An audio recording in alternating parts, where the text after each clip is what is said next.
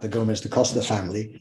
As you mentioned 3 weeks ago, I profiled Abraham and Abigail Gomes da Costa, who came to England in 1727 as refugees from the Portuguese Inquisition and embraced their ancestral Jewish faith and raised their children, Aaron, Isaac, Esther, and Abraham, all born in Portugal in that faith.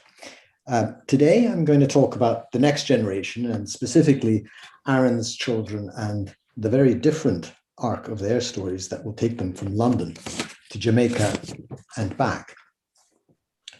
So Aaron was Abraham and Abigail's eldest son, born in 1715 in Portugal. He came to England in 1727 at the age of 12 when he was circumcised at Bevis Marks.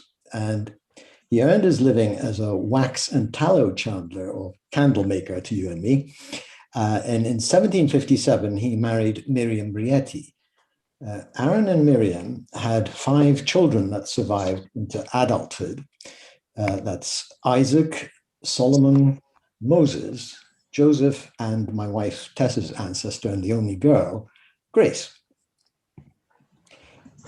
The siblings grew up in a cottage on Mutton Lane in Hackney, just outside London, that also served as the chandlery. Although Aaron's fortunes recovered after a bankruptcy in 1760, the family were never wealthy. In fact, they could be classed as poor. By the mid-1700s, the number of poor members of the congregation had become a real problem for Bevis Marks. The rising welfare budget, because that's what it was putting a strain on both the Mahamad's finances and relations with members. Wealthier Yehidim were starting to become resentful of having to support their poorer co-religionists. The flow of refugees from Portugal was dying down by the middle of the century, but Britain's open door policy also attracted immigrants from elsewhere. To start with, Bevis Marks called them forasteiros, Portuguese for foreigners. And these were mainly Italian Jews and Moroccan Jews. But in time, the poor mass of the congregation, including Portuguese, came to be known as stragglers, or alternatively strugglers. The Mahamad came up with various ways to deal with the problem of the stragglers, but I'm going to focus here on just one of them: the policy of paying them to go away, the so-called despacho policy. The Mahamad was willing to pay people to go anywhere there was an existing Sephardic community. In Europe, that meant Amsterdam, Hamburg, Bordeaux, Livorno, etc. The problem was that it was relatively easy for the despachos sent to these places to come back. Much more effective was the Americas. And for Sephardim in Britain, that meant mainly Britain's American colonies: New York, Barbados, but most of all, Jamaica. Dispatchers had to stay in the colony for a minimum period, usually 3 years. And if they returned, they were precluded from receiving tzedakah for a period of 10 years. The upside for the dispatchers was that they were being given an opportunity to make a new life and potentially their fortune in the Americas. In the list of dispatchers to the Americas for the year 1789, we find a familiar name: Joseph Gomes da Costa, the youngest of Aaron's sons, aged 18 at the time. Here he is, £4 and 4 shillings to go to Jamaica. The date next to his name is 19 Kislev, which corresponds to 7th of December in the Gregorian calendar. Very little is known about Joseph's life in Jamaica until his death on the 1st of July, 1836 in Spanish Town, aged 66. Jamaican records show him as the owner in 1817 of 19 enslaved people, 3 years later falling to 5 enslaved people. The University College of London Legacies of British Slave Ownership database says he was a slave owner in St. Catherine, Jamaica from at least 1817 until 1830. So I think we can conclude from this that the generosity of the Mahamad had allowed Joseph to escape the poverty that blighted his childhood, but at a certain cost to other human beings. The position of Jews in the Caribbean slave economy is the subject of a comprehensive study by historian Eli Faber. In his book, Faber demonstrates that Jews, who were always a small minority of white Jamaican society, didn't play any outsized role in any of the subsectors of the slave economy. Most Jews lived in towns and worked as merchants and shopkeepers, so their main involvement in the slave economy was as owners of domestic servants and or laborers in their warehouses and shops. This isn't to minimize the iniquity of slave ownership on the part of Jews, only to point out that they were not, as is sometimes portrayed, dominant players in the slave economy. Otherwise, there's really no evidence that the attitude of Jews towards slavery and enslaved people was any different to that of any other slave-owning section of Jamaican society. As a whole, they took part in the slave economy willingly, and without it would see many moral qualms. Another of Aaron's sons, Isaac, also went to Jamaica. We don't know when or how long he was there, but evidence of his stay can be found in a somewhat dramatic notice from Sunday, the 25th of January, 1807, in The Observer, which is the same venerable newspaper still going strong today. A gentleman by the name of Isaac Gomes da Costa, being deranged in his mind and got away from his keeper this day, whoever will bring him to his house, number 6 Beckford Place, Kennington Common, and detain him till his friends take charge of him, shall receive a suitable reward. And here we have an actual description, albeit in a state of totally tragic dishevelment. Said gentleman is very near 6 feet high and corpulent.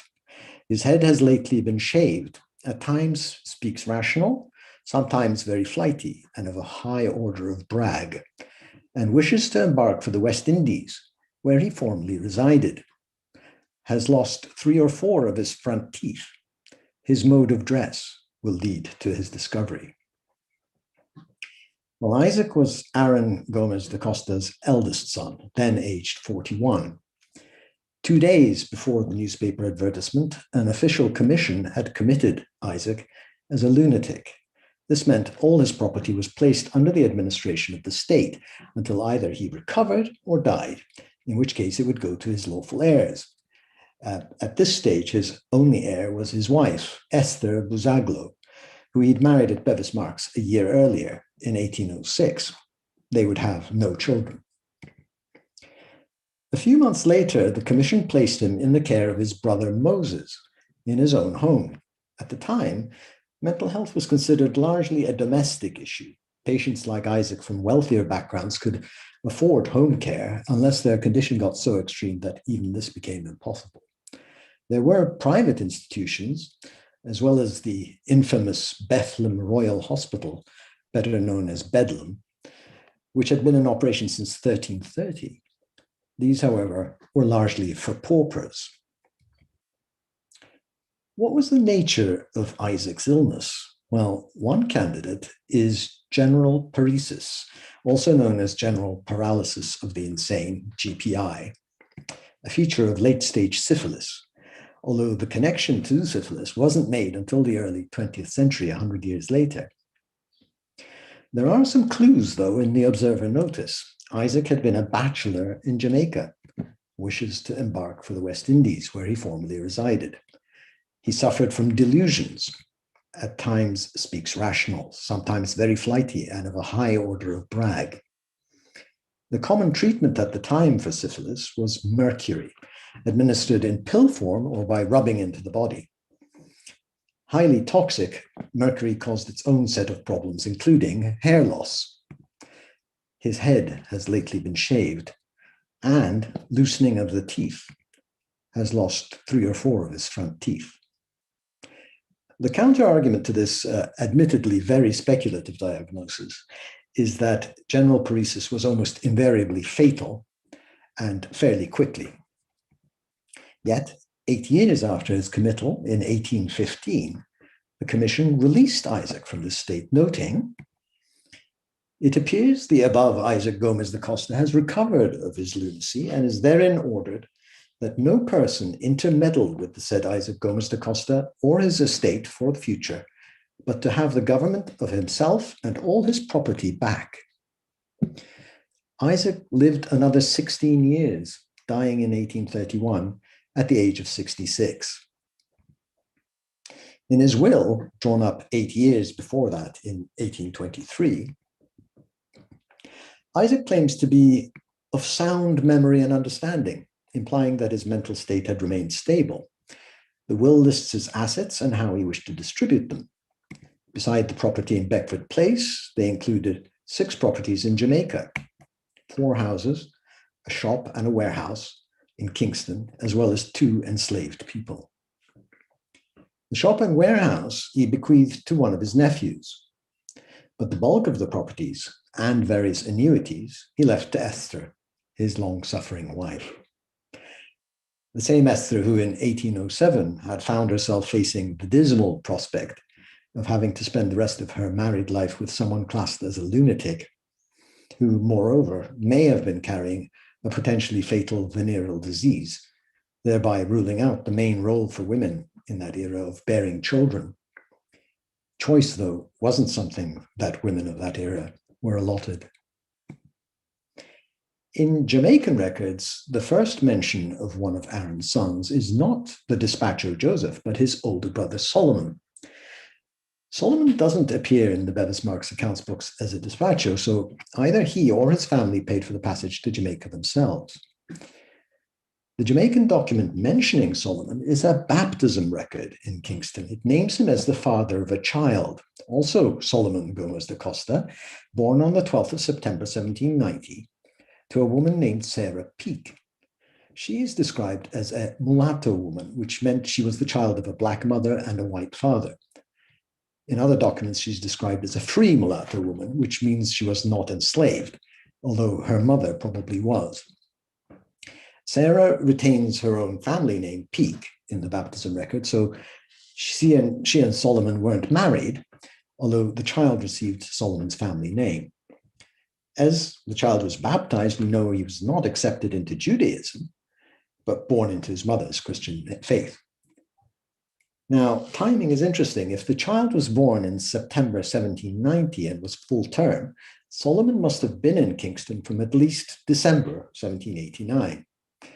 This fits almost exactly with the date of 7th of December 1789 mentioned in the Bevis Marks accounts for his brother Joseph's journey. So I think it's quite possible that Solomon and Joseph traveled together. Solomon would father 5 more children with three separate free women of color. After Solomon came Mary Ann with Sarah Peake again. Then he and a woman named Frances Peel had a son named Charles.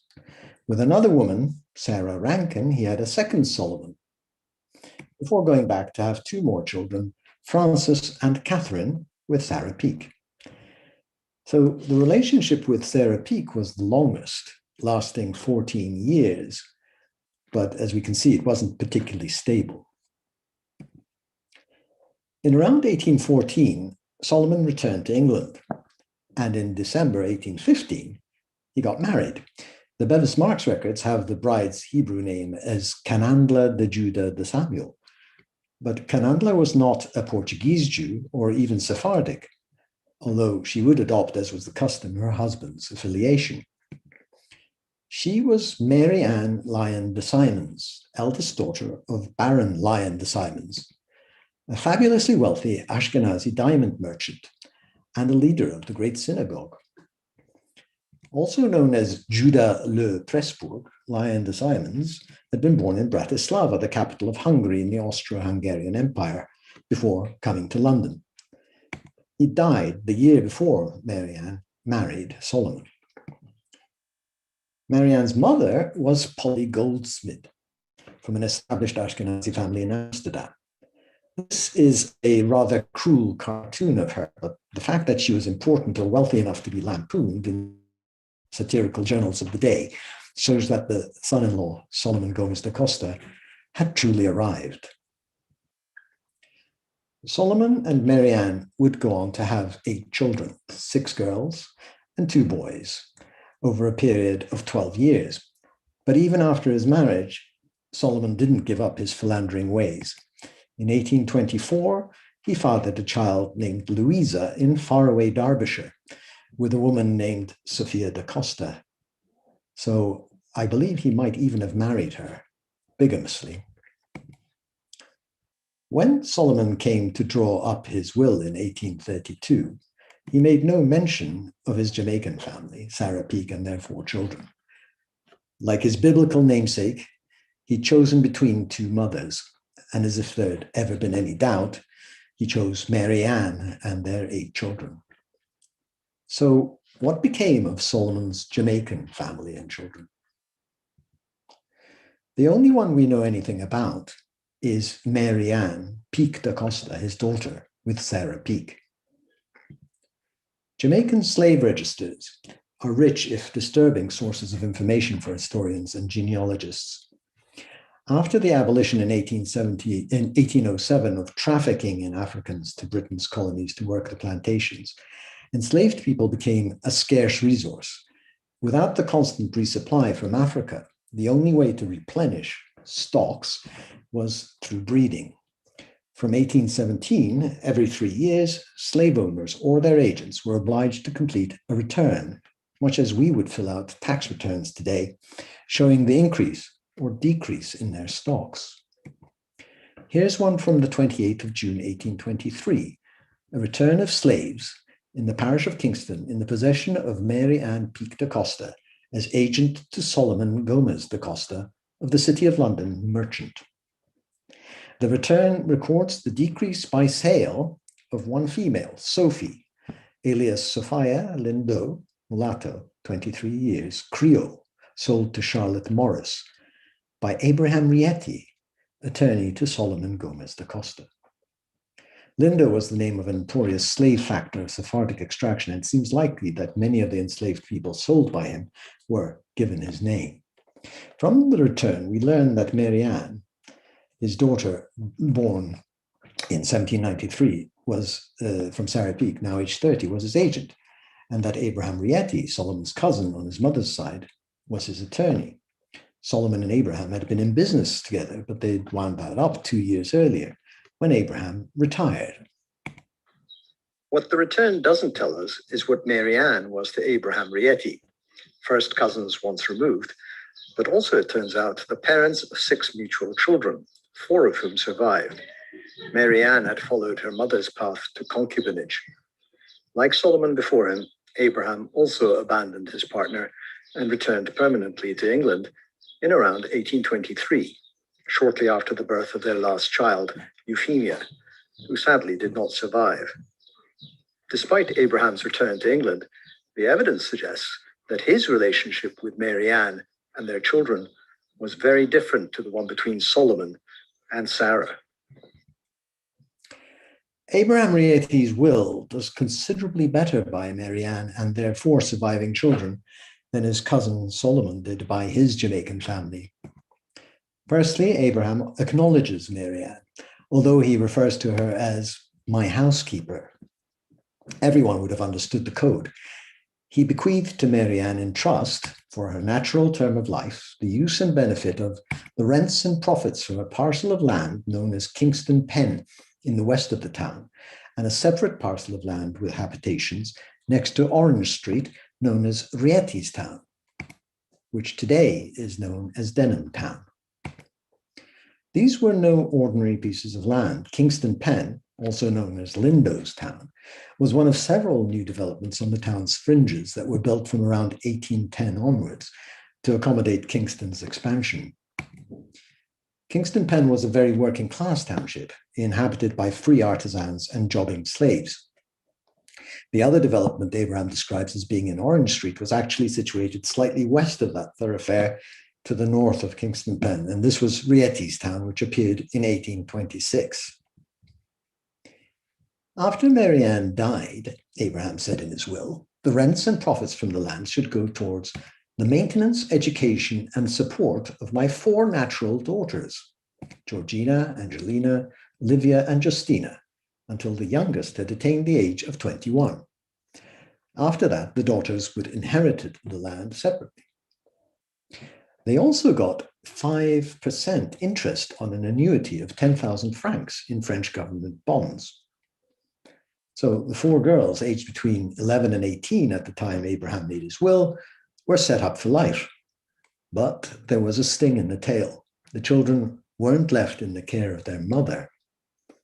In his will, Abraham appointed his sister, Judith Bassan, the sole guardian over them during their minorities. Despite the financial security Abraham had bequeathed her, the future for Marianne Decosta would not necessarily have been rosy. 4 years after Abraham Rietti's death came the abolition of slavery in 1833. In the decade to the run-up to abolition, when Abraham had returned to London, attitudes towards interracial concubinage had changed dramatically. Free women of color that lived as concubines had become targets for free men of color who were seeking respectability and equality with whites. Examples of such disapproval abound in the pages of the Watchman and Free Jamaica Press, which was edited by two well-educated and prominent men of color. Concubinage is and must be acknowledged as an abomination, wrote one community member. Another correspondent, the people of color will never be respected so long as the whites are permitted to take their mistresses from among them. And so long as this is the case, these women cannot but be despised. Correspondents in the Watchman, both male and female, urged that respectable women and men of color should avoid the society of known concubines. A man of color said, respectable ladies should shun the society of concubines. Shun them, he wrote, as you would mad dogs, for it is only by so doing that yourselves will be respected. Concubinage, he wrote, is a contagious disorder that requires all women of respectability to insist upon the performance of strict quarantine. From a slave return for the year 1820, we see that Marianne was also the owner of 8 enslaved people, 4 male and 4 female, in her own right. Of these, Charles de Mercado, quadroon, 2 years Creole, and Clementine de Mercado, quadroon, 2 months Creole, are described as the children of another of Marianne's enslaved women, Sarah Williams, mulatto, 32 years old, Creole. Creole, by the way, means native to Jamaica, so white or black born in Jamaica. De Mercado was the family name of Abraham Rietti's mother, Esther de Mercado, who had a daughter and 2 sons by her second husband, Joseph de Mercado. Could these enslaved children have been fathered by one or both of Abraham's half-brothers, Manasseh and Daniel, aged 30 and 23 respectively? If so, the enslaved infants would have been Marianne's nephew and niece through marriage, and also her second cousins, twice removed. By 1833, when slavery was abolished, only 4 of Marianne's enslaved remained, for whom, on 21st of March 1836, she received the compensation of £90, 18 shillings and 6 pence. There's no final slave return naming who these individuals were, but it would be nice to think that they included Marianne's kin, the children Charles and Clementine, and their mother Sarah, and that she'd kept them in anticipation of emancipation so that the family could not be broken up. Who knows, maybe she even shared the compensation with them, although we really will never know. So what became of Marianne? Widowed at 36, did she attach herself to another man or even marry? Did she ever see her children again? There is no record. Marianne da Costa, illegitimate daughter of Aaron Gomes da Costa, concubine of Abraham Rietti, mother of their 6 children, rentier, and one-time owner of enslaved people, disappears like her mother before her into the folds of history, never to be heard of again. When Grace Gomes da Costa stepped off the gangplank onto the wharf at Kingston Harbour in the summer of 1794, I wonder if she knew about her brother Solomon's unusual domestic arrangements. Surely they would have scandalized a young Jewish woman from London, just 18 years of age. Grace had not come to Jamaica to seek her fortune, at least not in the same way as her brothers, but to marry Judah Mordecai Cohen, a young but wealthy Ashkenazi merchant. This was an arranged marriage, and she must have gone there specifically for the purpose. Judah was a man of substance. He'd arrived in Jamaica from Amsterdam with his brother Hyman, and together they'd set up a trading house. This is a character named Johnny Newcomb, who appears in various satirical cartoons about the life of new arrivals in Jamaica. Okay, a stereotype, but it wasn't far off the reality, because here's a drawing of Judah's brother Hyman, whose dress is remarkably similar to Johnny Newcomb's, the stove hat and the jacket. Even at the age of 26, Judah was already a leader, in fact, the treasurer of the newly established English and German Jews synagogue in Kingston, sometimes also referred to as the Dutch synagogue.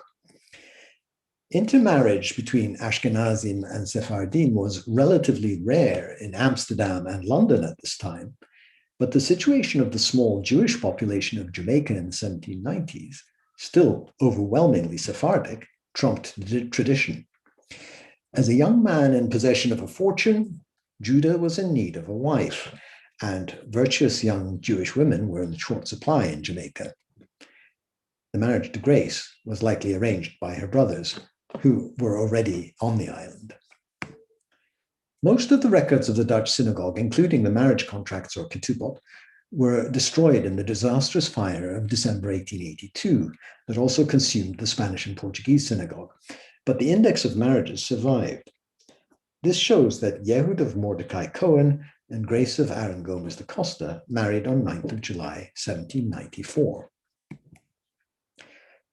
5 children followed in the space of 6 years.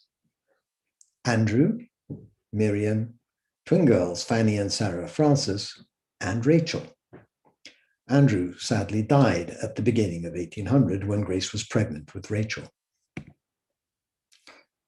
By 1802, Judah and Grace had had enough of life in the tropics with its hurricanes and mosquito-borne diseases and political uncertainties, and the Cohens and their 4 surviving children, all under the age of 5, relocated to London, where from now on, Judah would manage his Jamaican businesses from afar. In 1812, we find them in number 41, Prescott Street, a handsome 5-story house in a brick-built terrace in London's Spitalfields area, and just around the corner from H&J Cohen's offices at number 58, Mansell Street. The house at number 41 had direct access to the tenter ground of Goodman's Fields, where cloth dyers, mostly Jewish, staked out their wares to dry. Prescott Street was virtually obliterated in the Blitz in the Second World War, and only one of the original Georgian buildings at number 23 on the other side of the street survives, sandwiched between a Premier Inn and the headquarters of the Royal College of Psychiatrists. We can, however, imagine that this is much as the Cohen's house at number 41 might have looked, except that would have been in a continuous terrace. The Cohens continued to live in Prescott Street until 1818, when Judah purchased Hernhill Cottage in the charming Surrey village of the same name. The seller was Nancy Storrance, a celebrated opera singer. Now, Hernhill Cottage was a cottage in name only, more of a small country house in its own park. Here it is in a map from 1864, renamed Hernhill Lodge. Judah installed his growing family, now 10 strong, and another, my wife's ancestor Henry, on the way. Judah became a stalwart of the Ashkenazi Great Synagogue, where his son Henry was circumcised, and a benefactor of Jewish charities. In the newspapers of the day, we see his name next to the Great and the Good. In 1817, as a steward of the Jews' Hospital in Mile End. In 1821, at the 4th anniversary dinner of the Jews' Free School. And in 1829, as a donor to the Spitalfields Soup Society.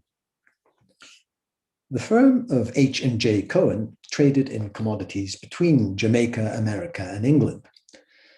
Judah's brother Hyman had also relocated to England in 1806, and they'd left behind Hyman's son, Judah Hyman, and his son-in-law, Joseph Wolfe, as their agents in Jamaica. In 1820, the Cohen brothers acquired a coffee plantation named Heathfield. This was in the parish of St. Elizabeth in the southwest of the island. I've overlaid another later map that shows place names a little bit better, and X marks the spot where I think Heathfield was located. This was a relatively small property with about 90 enslaved people, but the idea was to create a kind of vertically integrated business from bean to market, as it were. For this purpose, Judah and Hyman had also acquired a ship, the brigantine Vittoria. 2 years later, something happened that on the face of it could have been a disaster, but which turned out to be quite an opportunity. On the 27th of July, 1722, the Vittoria set sail from Kingston, bound for London, carrying a cargo of coffee and expensive Nicaraguan goods. It never reached its destination. That should, of course, have been 1822, not 1722. Apologies for that pre-recorded segment. But 10 days after it left Kingston, on the 7th of August, 1822, the Vittoria was captured by pirates off the coast of Cuba, where it was plundered and run aground. Fortunately, the vessel and its cargo were insured with Lloyd's of London, and Hyman and Judah were able to claim losses of £27,000, nearly £3.5 million, or $5 million in today's money. So they'd lost a ship and a valuable cargo, but the insurance payout for the vessel may well have provided a seed capital for what Judah and Hyman did next. The clue is in the caption of the drawing we saw earlier of Hyman. "Coffee's the thing. Go it, ye tigers." From the mid-1820s, the Cohen brothers began acquiring larger coffee plantations, Potsdam, Berlin, Corby Castle, and others. Inevitably, this also involved increasing their ownership of another commodity, enslaved human beings. Coffee had been grown in Jamaica since 1728 and was concentrated in the more mountainous, difficult terrain of the south and west of the island. It was second in profitability only to sugarcane. By the 1820s, when Judah and Hyman started buying up properties, these estates had become quite large, both in acreage and enslaved workforce. Like every other aspect of the Jamaican economies, coffee plantations were only profitable because of enslaved labor. The relative investment in this particular asset accounting for half, sometimes more, of an estate's value. For Judah, buying up estates and later claims for enslaved people was speculative investing on an audacious scale. Like every other, Judah would have guessed when he started buying up estates in the mid-1820s that the writing was on the wall for slavery. The British government had announced in 1823 that it intended to take steps towards abolition. The anti-slavery movement was gathering momentum in the colonies and in Britain, and the enslaved people themselves were taking matters into their own hands through rebellions and escapes. In 1833, Parliament passed the Slavery Abolition Act. You'll not be surprised to hear that Judah had been a strident opponent of abolition, but once it was enacted, he was amongst those who lobbied vigorously for the compensation. Judah and Hyman Cohen were what we might today call special situations investors, that is, venture capitalists who buy distressed assets at a discount, tart them up, the so-called turnaround phase, and hopefully exit at a profit. The distressed assets in this case were literally that, enslaved men and women. The exit would come in 1837 when Parliament passed the Slave Compensation Act. The compensation was being paid not to the enslaved men and women, but to their owners. For the 1,255 enslaved people Judah owned in Jamaica, he received a payment of £23,496, the equivalent in 2021 of £2.29 million, using a measure of price inflation, or maybe more accurately, nearly £19 million in terms of what an investment of that amount might be worth today, based on economic growth Judah Cohen's speculation had paid off spectacularly. But what would life have been like for the enslaved on Judah's plantations? Larger estates like Potsdam, Corby Castle, and Berlin would have used the gang-style labor system of the sugar plantations based on near constant toil throughout the day. But coffee enslaved were luckier than their counterparts on sugar estates. Due to less overcrowding, they suffered less from epidemic diseases like smallpox, and because water didn't accumulate like it did on the alluvial plains of sugar plantations, coffee estates were less prone to malaria. Of course, it was in the owners' economic interest to make sure that the health and welfare of their enslaved laborers was maintained. But as an absentee owner, Judah wasn't really in a position to know what was going on the ground. If he did think about his workforce at all, it was probably not much beyond the numbers jumping out at him in the slave returns and the accounts. As a happier postscript to the story of Judah Cohen's coffee plantations, some small solace can be gained from the knowledge that after emancipation, Potsdam and Corby Castle were broken up and sold to some of the ex-slaves that had worked on them. In 1857, Potsdam gained an important place in the educational history of Jamaica, as this former coffee plantation became the home of Monroe College, a boarding school for boys, although apparently it started accepting girls until the last 2 years in 2013. Judah did not have much time to enjoy his compensation. A year after the payout, he died. This is his headstone at the Brady Street Cemetery of the Great Synagogue. But the money helped to set Judah and Grace's sons, Albert and Henry, up in their new occupations as stockbrokers, and to ensure that Grace spent the rest of her days in comfort. By this time, the Cohens had moved to the fashionable district of Marylebone in central London, to this house at number 34, Nottingham Place, a short stroll from Regent's Park. This would be Grace's last stop on her journey from the tallow chandlery on Mutton Lane. On the 11th of September 1844, the Cohen family congregated at Holy Trinity Church, not far from Nottingham Place. Henry Cohen's bride, Caroline Lechmere Heathcote, was being walked up the aisle by her father, John Heathcote, gentleman. Just 9 days previously, Henry had been in the same church for his baptism, renouncing the Jewish faith of his parents and adopting the Church of England denomination of his bride-to-be. Henry's conversion to Anglicanism wasn't uncommon among wealthier Jews of the Victorian era.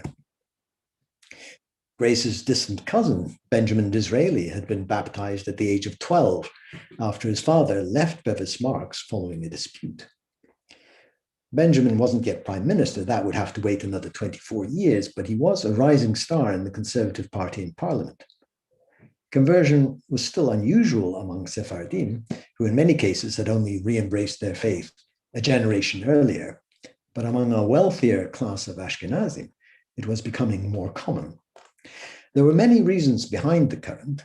One was undoubtedly the continuing prevalence of anti-Semitism in Victorian Britain, something Disraeli also suffered from, despite his childhood conversion.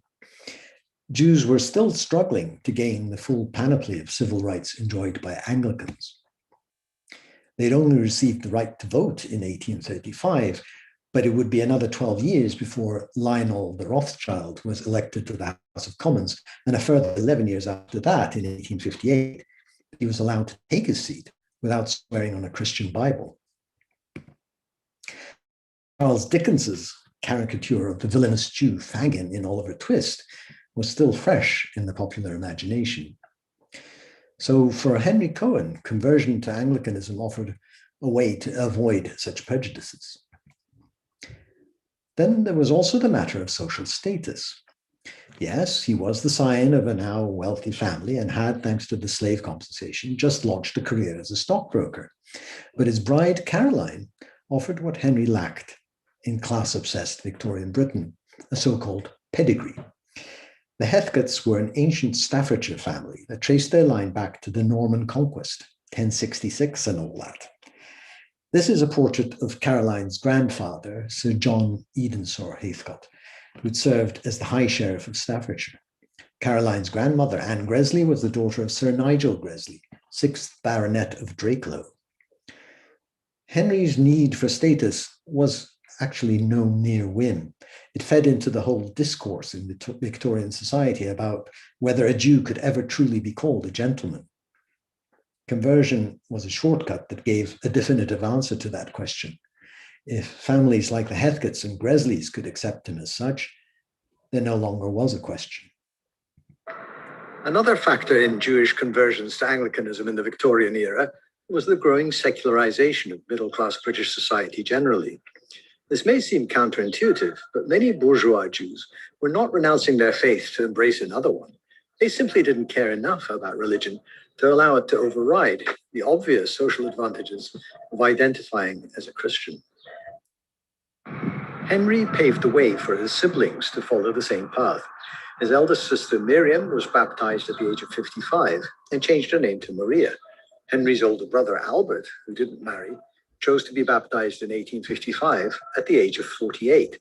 Henry's sisters Matilda and Abigail also married as Anglicans before their mother Grace's death in 1847. I think it would be fair to assume that Grace was also not too fussed about religion, whether she stopped to ponder the irony of her children voluntarily adopting an admittedly gentler version of the religion that her father Aaron had fled from in Portugal.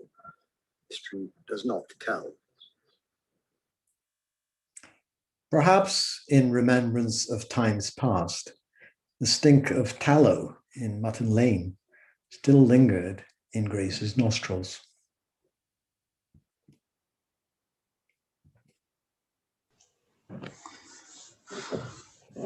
Wow. That's me.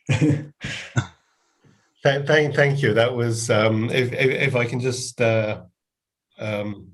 repeat what Deborah has said on YouTube. It was excellent. It was absolutely brilliant. I have a couple of questions specifically about the names of the slaves. You had slaves called Lindo and Mercado. You're saying that you think the Lindos, the enslaved Lindos, were named Lindo because they were owned by Lindos, and the Mercados were owned by and related to. Yes, possibly, because Lindo, I can't remember his name, was Abraham Lindo, but anyway, there was Abraham. Sorry, who was it? Abraham. Abraham, it was Abraham Lindo. He was a French Sephardic immigrant to Jamaica, and he was the biggest slave factor.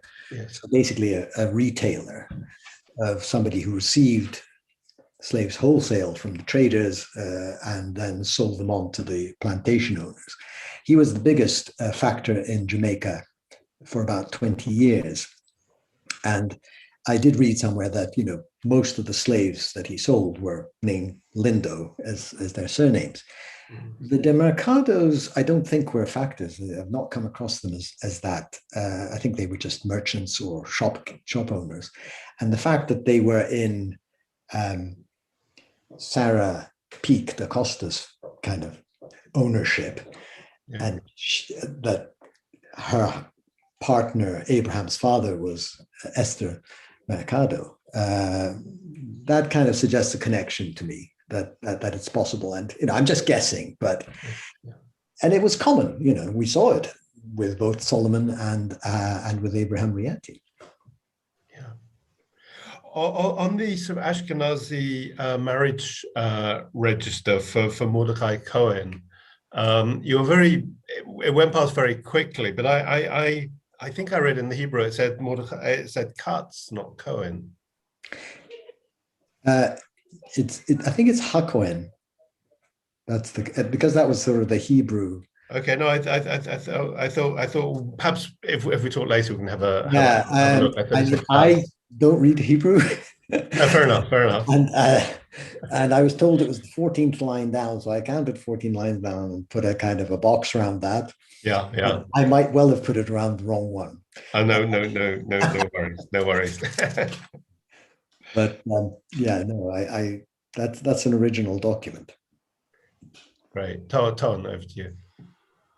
Yeah, there's a question about Nancy stories. Someone asks a question about her. Did she live in the same cottage as the persons you are talking about? No, she sold it to them. She sold it to them, okay. and then shortly afterwards died. She was a very celebrated opera singer. Mozart operas, especially, apparently. Okay, that answers the question. Someone remarks that Isaac Gomes da Costa had a child, Philip, born in 1817. I think that will have been on Jamaica. Right. Now, I've looked into this fairly in depth, and I don't think that's true. Isaac was married to Esther Buzaglo, and they didn't have any children. I know Philip, and there's also a daughter, another woman, another girl's name that appears in some trees as Isaac and Esther's son and daughter, but they're not. And I got their birth certificates, and I worked out that they actually were the children of another Isaac and Esther. There were many Isaac and Esther Gomes da Costa, at least two that I know of. And they were a much poorer family. But by comparing the addresses of the marriages and where they lived and things like that, I'm 99.99% sure that they're the children of this other. Philip is also called Avidor. I think his Hebrew name was Avidor. Okay. Yeah. Did Isaac have a last will? And does it mention any children? No. No. This is the other thing that led me to conclude that they weren't his children, because why wouldn't he mention them if they were? He leaves everything to Esther. And then there are some compliments. Outstanding research and great storytelling. Brilliant. Thank you. A wonderful story.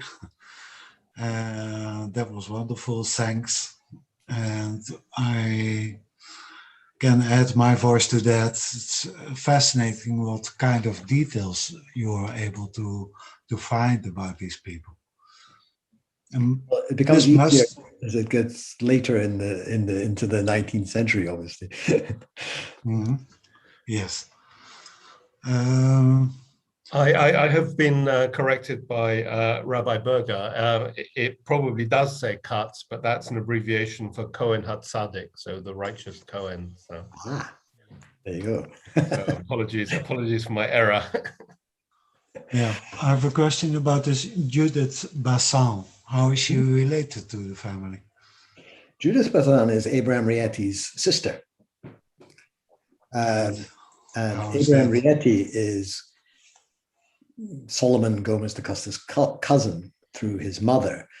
His mother was Miriam Rietti, and her father was Solomon Rietti from Livorno.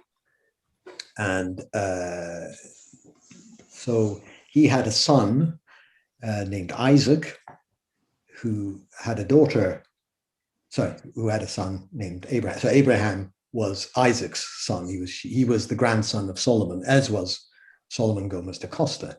So and Judith was Abraham's sister, and she married Joseph Bassan, or maybe Jacob Bassan, but yeah. In Jamaica. In Jamaica. Yeah. Okay. Yeah. Although he died in Philadelphia on a sojourn, as it's called. He was visiting there, possibly to get medical treatment, and died and was buried in Sephardic cemetery in Philadelphia, and there's pictures of his grave there. And Judith went back to England and died somewhere in the south of England, in Sussex. But later on, her remains were exhumed and taken to Philadelphia as well, and she was buried next to her husband, which is rather sweet, I think. Yes. Are there any questions on YouTube, David?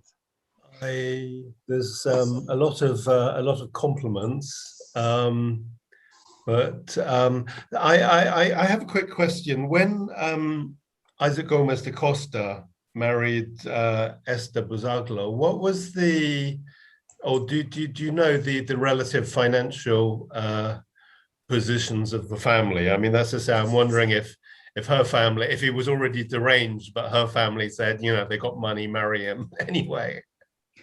Yeah, well, I mean, he was obviously well off. Yeah. Because, you know, he leaves in his will the 6 properties in Kingston. Yes. And he's got the house in Kennington Common near Clapham, which, you know, I don't think it exists anymore. I think there's a Tesco's in where it used to be, but the houses in that sort of area that I've looked at look okay. So, you know, he obviously had some money. Esther was the granddaughter of the famous Rabbi Shalom Buzaglo, one of the 4 brothers, who features in some very interesting stories, and that might be for another talk. But, you know, I don't think they were well off, not particularly well off. So it's possible that that scenario is true. If it was dribbling, they would have still forced Yeah. Bill to Although, you know, he might not have shown symptoms yeah. when they got married. And who knows, you know, I'm hoping to find out more, because there is a file at the National Archives for Solomon's illness, his committal and the commission for lunacy. And I'm kind of hoping that there might be a diagnosis there, and, you know, maybe that will kind of either confirm or otherwise my diagnosis, and I'm no doctor, of late stage syphilis, but possibly not. There's another question in chat from David Silvera. Where can the original 18th century Ashkenazic marriage register be found for research? Right. I don't know if they're all available, but I got it from, well, actually 2 sources. First of all, the Jamaican archives. They you know, I emailed them, and they found a record. But that facsimile of the thing is not a contemporaneous register. It's not the original register. It's a copy that somebody made at a later date. But because the originals were all destroyed.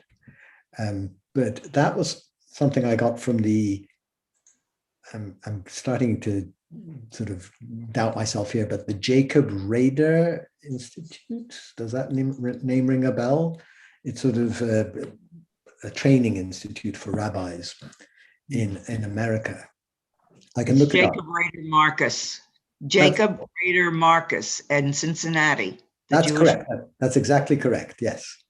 So I got it from that institute. They were very helpful, and they found it. It's in their Jamaican records. They have a section there for Jamaican records, and, you know, they located it and sent it to me, which was fantastic. Yes. I can send it to you, David, if you want. You know, it's just 1 page, so I don't know. There might be other pages. Yeah, it'd be interesting. That institution, that's where I've been getting wills from. They have quite a significant collection there, including wills going back to the 17th century. It would be interesting. Yeah. One more thing about this Abraham Lindo. You said he was French. That's correct. He spent part of his youth in Bordeaux or Bayonne. I believe Bayonne. but he was born in Amsterdam, and his father was the son of Isaac Lindo in London. Right. Mm-hmm. I know they're a large and well-known family. Yeah. Yes. So there's again a connection to London. Yes. Via Amsterdam. Yes. Yes. I think that's it, David. Yeah, thank you. That was absolutely a tour de force. I hope you will come back for like Tolkien for the third part of a trilogy. I think I might have run out of Gomes da Costa stories anyway. Well, you're now part of this story as well, so who knows? Who knows? Yeah. But no, that was fascinating and beautifully presented as well. I have to say it was absolutely excellent. So thank you for that. Next week we are leaving Jamaica to Gibraltar, and Joshua Marachi will talk to us about the Jews of Gibraltar and their genealogy, and obviously that's very connected with Morocco and London especially. I think, apart from thanking Ali again, that really was absolutely superb. Thank you. Ton, would you like to close us out? Ali, actually, if we can invite you to come back for a quick chat in 5 minutes, that would be wonderful. Okay. Okay. Thank you, Ali. That was a great talk. I enjoyed it very much. Thanks to our patrons, this meeting was made possible, and we will have many more future meetings with their help. Thank you to our viewers on YouTube, and we hope to see you all again next week. Thank you very much. Lovely event.